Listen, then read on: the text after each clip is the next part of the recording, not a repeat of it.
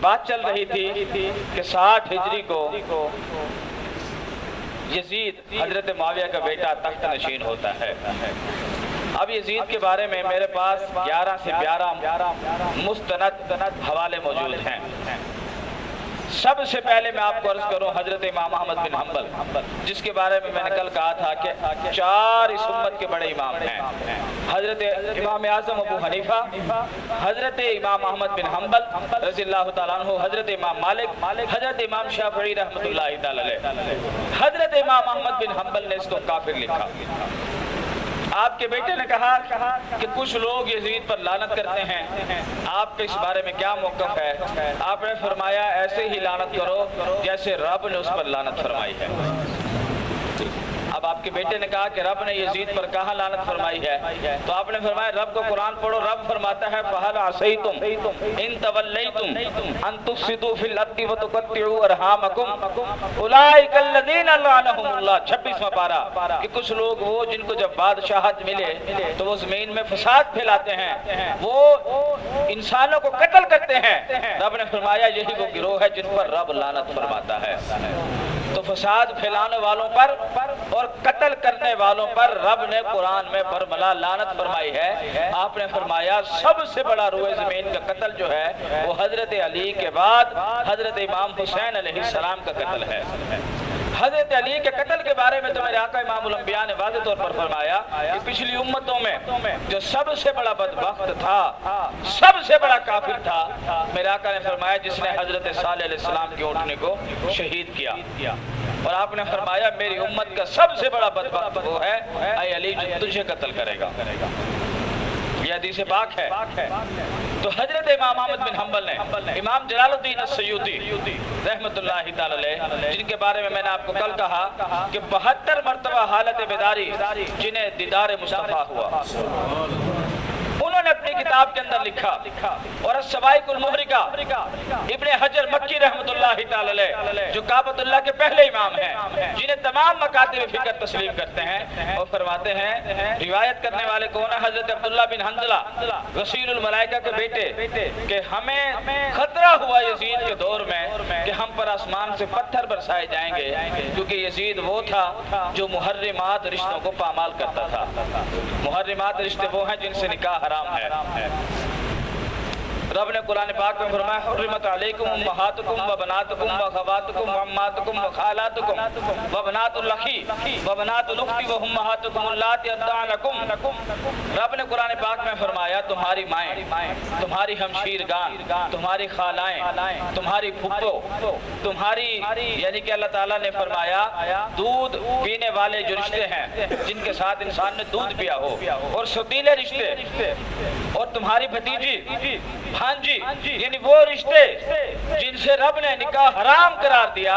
حضرت امام جلال الدین السیوطی فرماتے ہیں یزید تاریخ کا وہ پلید کردار تھا جو اتنا بڑا زمین کا بدبخت ترین تھا کہ جو ان رشتوں کو بھی پامال کرتا تھا جن کے ساتھ رب نے نکاح حرام کیا ہے۔ آپ اندازہ کریں اس کے بارے میں۔ حضرت معاویہ نے جو نکاح کیے تھے جن خواتین کے ساتھ، یہ ان کے ساتھ بھی زبردستی کرتا تھا، جو رشتے میں اس کی سوتیلی مائیں لگتی تھی۔ حضرت معاویہ کے بطن یعنی کہ جو ان کی صلب سے جو اولادیں ہوئی تو اس کی رشتے میں سوتیلی ہمشیرہ لگتی تھی، یہ بدبخت ان کے ساتھ بھی زور زبردستی کرتا تھا۔ آپ اندازہ کریں اس سے زیادہ بدبختی کیا ہوگی۔ اور بے شمار اقوال علامہ سعد الدین تفتزانی رحمۃ اللہ تعالی علیہ اور اسی طرح جمہور علماء، میں وہ مستند ترین نام لوں گا جو کم و بیش 1000 سال پہلے ہیں، یہ 1200 سال پہلے حضرت عمر بن عبدالعزیز جنہیں عمر ثانی کہا جاتا ہے، آپ کے دور میں ایک شخص نے کہا کہ یزید امیر المومنین، تو آپ نے اس کو دھوپ میں کھڑا کر کے 20 کوڑوں کی سزا دی۔ آپ نے فرمایا بدبخت تو جسے امیر المومنین کہتا ہے اس کا تو مسلمان ہونا ہی ثابت نہیں ہے۔ آپ نے 20 کوڑوں کی سزا اپنے ہاتھوں سے تجویز فرمائی۔ اور حضرت عبد الرحمن جامی یہ وہ عاشق رسول ہیں کہ جب آپ نے کلام لکھا رسول اللہ صلی اللہ علیہ وسلم کی شان میں تو آپ نے والی مدینہ کو دیدار عطا فرمایا اور فرمایا عبد الرحمن کو ہمارے روزے کے قریب مت آنے دینا، اگر وہ روزے کے قریب آ کر اس نے درود السلام پڑھا تو شریعت مجھے اجازت نہیں دیتی، اگر اس نے آ کر کلام پڑھ لیا تو مجھے روزے سے باہر آ کر اس سے ہاتھ ملانا پڑے گا۔ اتنی بڑی ہستی حضرت عبد الرحمن جامی، انہوں نے کلام لکھا، آپ موجود تھے والی ہند کے دربار میں۔ اب ہند کا بادشاہ آپ کو کہتا ہے حضور والا آج میں کچھ سوال کرنا چاہتا ہوں۔ ایک اور عالم وہاں پر بیٹھے تھے مولانا مزید، اس نے کہا جی پہلے مجھے موقع دو۔ اب اس نے سوال کیا کہ یزید پر لعنت کرنی چاہیے؟ اب مولانا مزید نے کہا جی نام لے کر لعنت نہیں کرنی چاہیے، ویسے لعنت کر دیں، کہہ دیں لعنت اللہ علی الظالمین، کہہ دیں لعنت اللہ علی الکاذبین، لعنت اللہ علی الفاسقین، لیکن نام لے کر لعنت نہ کریں۔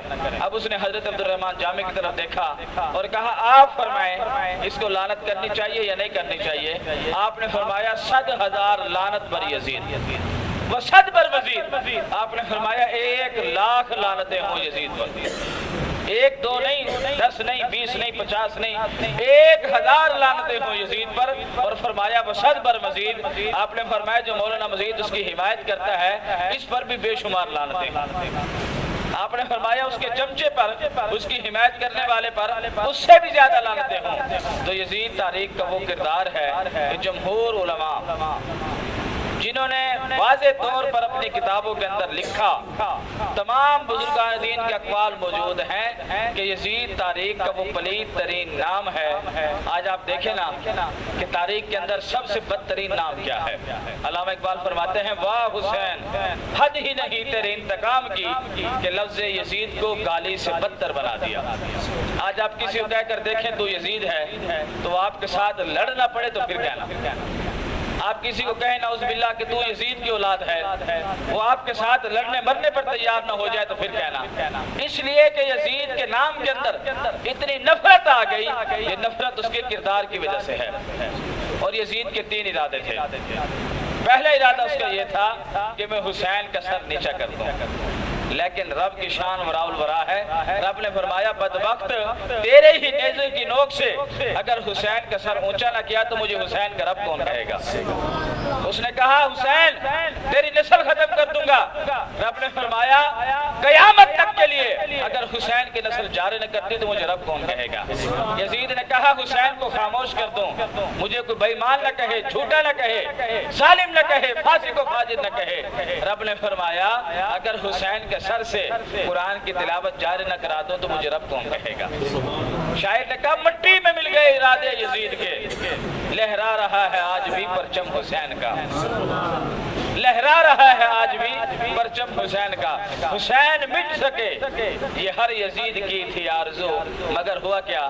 یزید مٹ گیا مگر جگہ جگہ حسین ہے، اور یزید نام ہے دنیا کی کل نجاست کا، طہارتوں کی رضا کو حسین کہتے ہیں۔